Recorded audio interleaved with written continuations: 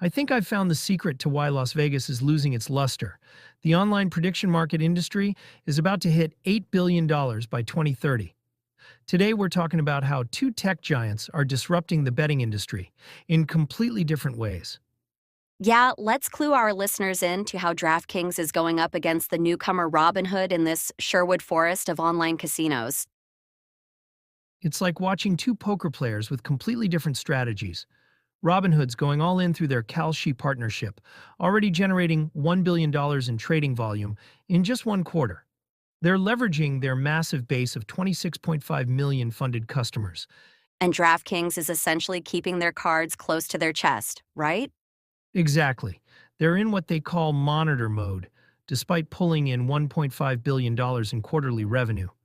They actually withdrew their federal application for prediction markets in April 2025, even though they filed it just 9 months earlier.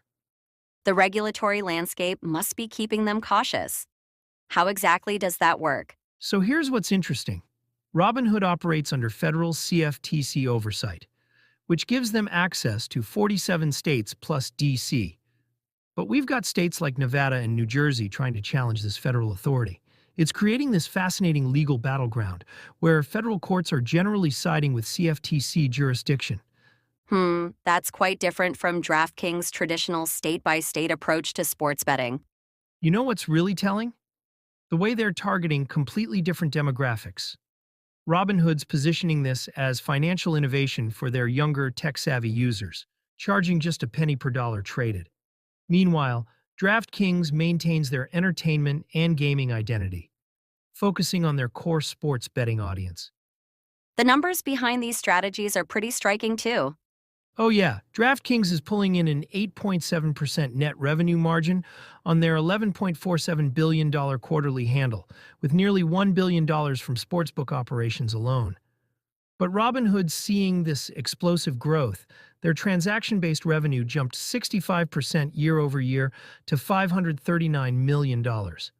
And what about the technology infrastructure supporting all this? That's where it gets really interesting. Robinhood's built on AWS, handling hundreds of thousands of concurrent users, with institutional-grade market making through Susquehanna International Group. DraftKings has proven scalable infrastructure across multiple gaming verticals, but they're not yet equipped for prediction markets. The venture capital flowing into this space seems pretty significant. Massive. We're talking about nearly $400 million in major funding rounds during 2024 to 2025. Kalshi secured $185 million at a $2 billion valuation, and Polymarket raised $200 million at over $1 billion. When you've got players like Citadel Securities' CEO and Sequoia Capital backing these platforms, it really validates the potential. Looking ahead, which strategy do you think will prove more successful? You know, it reminds me of that Kenny Rogers song, The Gambler, knowing when to hold 'em and when to fold 'em. Robinhood's betting big early, while DraftKings is waiting to see how the cards fall. The fascinating thing is both approaches could work.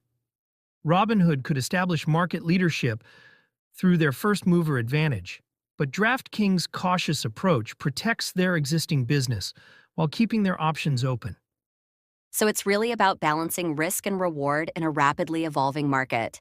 Exactly. And what's particularly interesting is how this mirrors broader shifts in financial markets.